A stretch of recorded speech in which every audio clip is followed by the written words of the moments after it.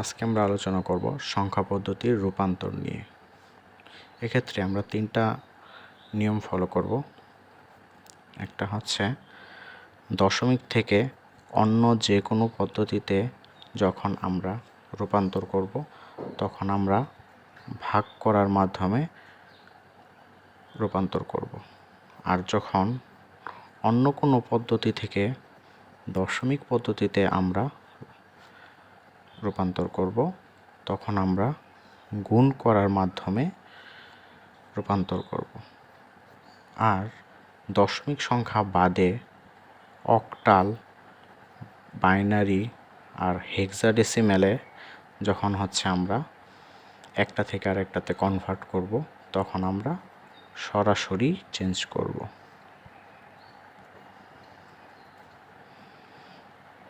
এক্ষেত্রে দশমিক থেকে অন্য সংখ্যা পদ্ধতিতে যখন কনভার্ট করব তখন আমরা যে ভাগটা করব সেটি অবশ্যই আমরা যেই সংখ্যা পদ্ধতিতে আমরা কনভার্ট করতে চাই সেই সংখ্যা পদ্ধতির বেস দিয়ে ভাগ করতে হবে। আবার যখন আমরা গুণ করতে যাব এখানে অন্য সংখ্যা পদ্ধতি থেকে ডেসিমালে যখন আমরা আনব তখন অবশ্যই আমরা তার বেস দিয়েই গুণ করব। আবার অক্টাল, বাইনারি, হেক্সাডেসিমেলে আমরা সরাসরি বাইনারি মানের মাধ্যমে আমরা কনভার্ট করব। কোনো একটি সংখ্যার সরাসরি বাইনারি যে মানটি থাকবে সেই মানটি বসিয়েই আমরা সরাসরি নির্ণয় করতে পারব। এখন আমরা দেখব ডেসিমাল থেকে অন্য সংখ্যা পদ্ধতিতে কিভাবে আমরা কনভার্ট করতে পারি।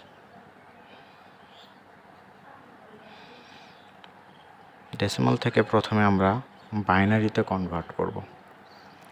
ডেসিমাল থেকে আমরা যদি 38 সংখ্যাকে কনভার্ট করতে চাই তাহলে যেহেতু আমরা বাইনারিতে কনভার্ট করব সেহেতু আমরা বাইনারির যে বেজ আছে সেটি দিয়েই আমরা এখানে ভাগ করব। যেমন বাইনারি বেস হচ্ছে 2, সেজন্য আমরা 2 দিয়েই ভাগ করব। ততক্ষণ পর্যন্ত ভাগ করব যতক্ষণ না পর্যন্ত এই যে এই ভাজ্য 38 শূন্য না হয়ে যায়।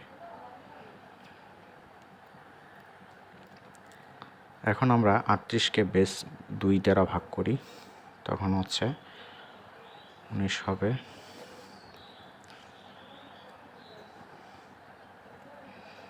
তারপর আমরা আবারও 2 দ্বারা ভাগ করব, 9 দুগুণে 18, তো এখানে 1 অবশিষ্ট থাকবে। তারপর হচ্ছে আবার 2 দ্বারা ভাগ করব,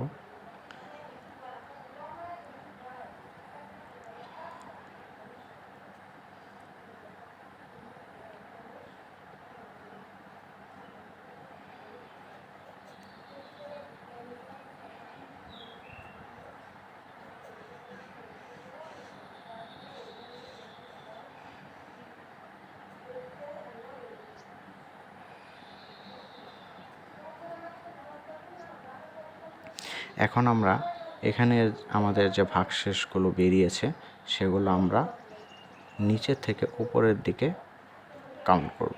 তো আমরা নিচে থেকে উপরের দিকে যদি কাউন্ট করি তাহলে আমরা এই 38-এর জন্য আমরা যে সংখ্যাগুলো পাবো বাইনারিতে সেটা হচ্ছে 1, তারপর 0, 0, তারপর হচ্ছে 1, 1, 0। আর এটা যে আমরা ডেসিমাল থেকে বাইনারিতে রূপান্তরিত করেছি সেজন্য আমরা এখানে ব্র্যাকেট দিয়ে ছোট করে 10 লিখে দিব, কারণ ডেসিমালের বেজ হচ্ছে 10 আর বাইনারির বেজ হচ্ছে 2। আবার আমরা যখন দশমিক থেকে অক্টালে রূপান্তরিত করতে যাব কোনো সংখ্যাকে তখন আমরা অক্টালের যে বেজ আছে 8 সেটি দিয়ে আমরা ভাগ করব।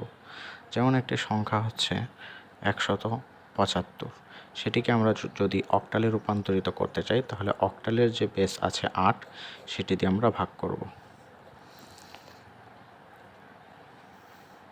ভাগশেষ 7 থাকে। তারপর আবার যদি আমরা ভাগ করি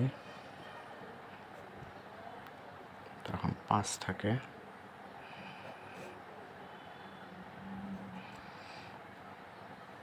পরবর্তীতে আর যায় না, তো এখন এখানে যখন আমরা উত্তর সংগ্রহ করব তখন সেই আগের মতোই আমরা নিচ থেকে ওপর দিকে সংখ্যাগুলোকে কাউন্ট করব। নিচ থেকে ওপর দিকে সংখ্যাগুলোকে কাউন্ট করলে আমরা পাব 2, 5, 7।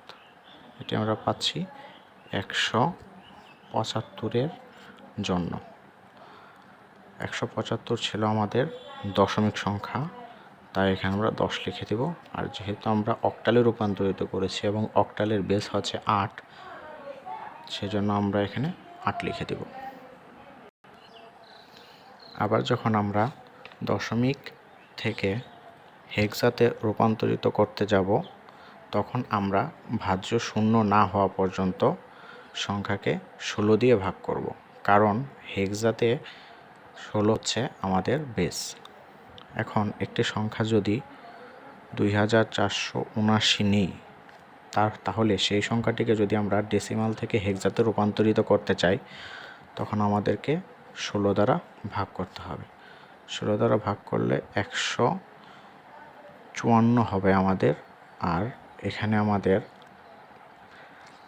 অবশিষ্ট থাকবে 15।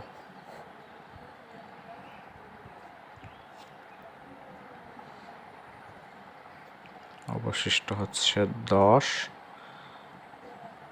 তারপর আর যাবে না, তাই আমরা 9 এখানে লিখে দেব।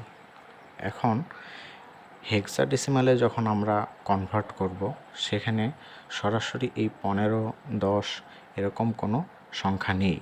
হেক্সাডেসিমালে আমরা জানি যে 10-এর পরিবর্তে আমরা এ লিখে থাকি, আর 15-র পরিবর্তে আমরা এফ লিখে থাকি।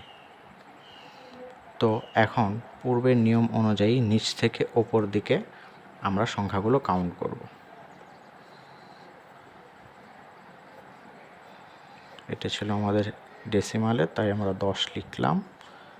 আর আমাদের উত্তরটা হচ্ছে এই 9AF।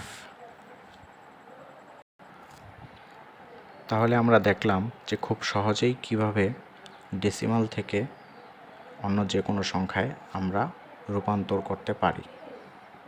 এক্ষেত্রে আমাদেরকে যদি বাইনারি, অক্টাল, হেক্সা ব্যতীত অন্য কোনো সংখ্যা দেওয়া হতো, যেমন 5 ভিত্তিক সংখ্যা দেওয়া হতো, তখন আমরা যেহেতু আমাদের ভিত্তি 5, সেহেতু আমরা এখানে যেমন 16 দিয়ে ভাগ করেছি, অর্থাৎ হেক্সাডেসিমালের রূপান্তর করেছিলাম তাই 16 দিয়ে ভাগ করেছি। হেক্সার বেস ছিল 16। যখন আমাদের বেস 5 বলে দিবে তখন আমরা এই সংখ্যাটাকে 5 দিয়ে ভাগ করব। যদি আমাদেরকে বেস বলে দেয় 4 তখন আমরা 4 দিয়ে ভাগ করব। আমাদের বেস যদি বলে দেয় 9 তাহলে আমরা এই 16 জায়গায় 9 দিয়ে ভাগ করব, এবং আর যথারীতি নিয়মেই আমরা নিচ থেকে ওপর দিকে ক্যালকুলেশন করব। এভাবে আমরা খুব সহজেই ডেসিমাল থেকে অন্য যে কোনো বেস সংখ্যাতে রূপান্তরিত করতে পারবো।